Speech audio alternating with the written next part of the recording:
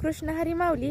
आज सकाळ सकाळ रानात तर आलोय, पण आज काय पेरूच्या बागेत गेलो नाही. मिरच्या काढायच्या त्या झाडांना खूप मिरच्या लागल्यात आणि आता तेच काढणार आहे मी आणि पप्पा. बघा, झाड छोटं आहे पण मिरच्या किती आलेत. जेवढ्या निघतील तेवढ्या आता मिरच्या आम्ही काढणार आहे यातल्या. परत उन्हानं पण मिरच्या वाटोळ्या होऊन जातात. बघा किती मिरच्या लागल्यात.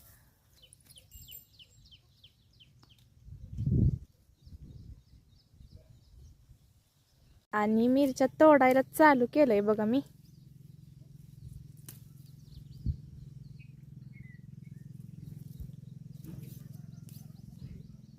आणि ही एका झाडाच्या एवढ्या मिरच्या निघल्यात बघा.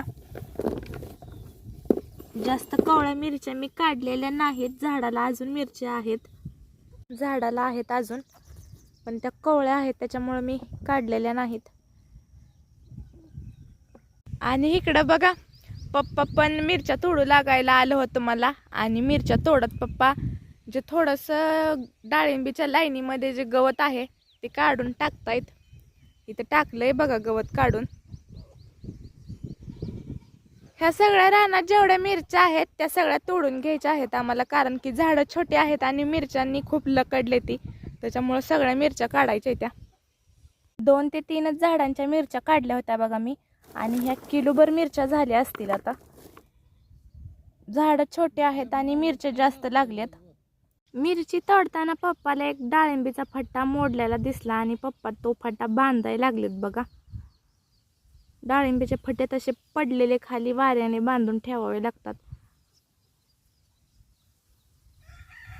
मिरची तोडताना हे झाड थोडंसं वेगळंच दिसलं होतं बघा. ह्या झाडाच्या मिरच्या वेगळ्याच आहेत, थोड्याशा पोपटे पोपटे दिसत आहेत ह्या झाडाच्या मिरच्या.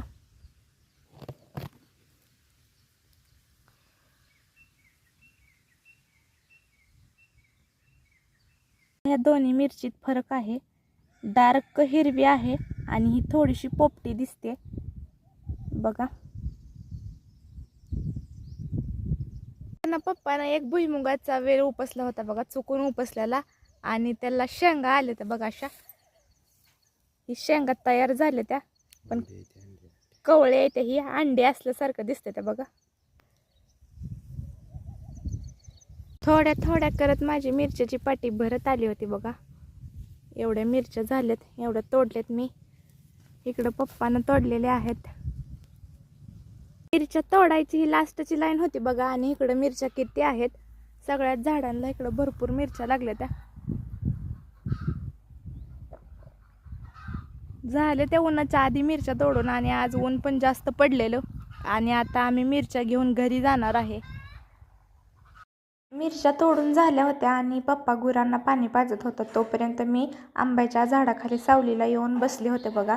आणि या आंब्याच्या कैऱ्यावर बघत होते मी किती लागलेत, किती मोठ्या मोठ्या कैऱ्या झाल्यात. मला काय तर दिसलं ते तुम्हाला दाखवते मी बघा. मधमाशाचं पोळं दिसलं होतं मला, वर आहे बघा दिसतंय. आणि किती मोठं मधमाशाचं पोळं आहे. पाणी इथं सारखं चालू असतं. पप्पा दिवसाला लाईट असली की पाणी सोडतात रानाला, आणि त्याच्यामुळं सारखं इथं हिरवळ पण असते आणि सावली पण दाट असते. त्याच्यामुळं आंब्याच्या झाडावर मधमाशांनी पोळं केलं आहे बघा तिथं. आणि आंब्याचं झाड पण खूप मोठं आहे. आतल्या साईडनं कसं दिसतंय बघा ते. आणि ह्या आंब्याच्या झाडाच्या ज्या कैऱ्या आहेत त्याच्यामध्ये आता कोय पण तयार झाली. आणि एक मधमाशांचं पोळं खाली पण पडलं होतं बघा. 2 मधमाशांची पोळे होती वर, आणि त्यातलं एक खाली पडलं होतं आणि एक झाडाला होतं. हे खाली पडलेलं आहे बघा.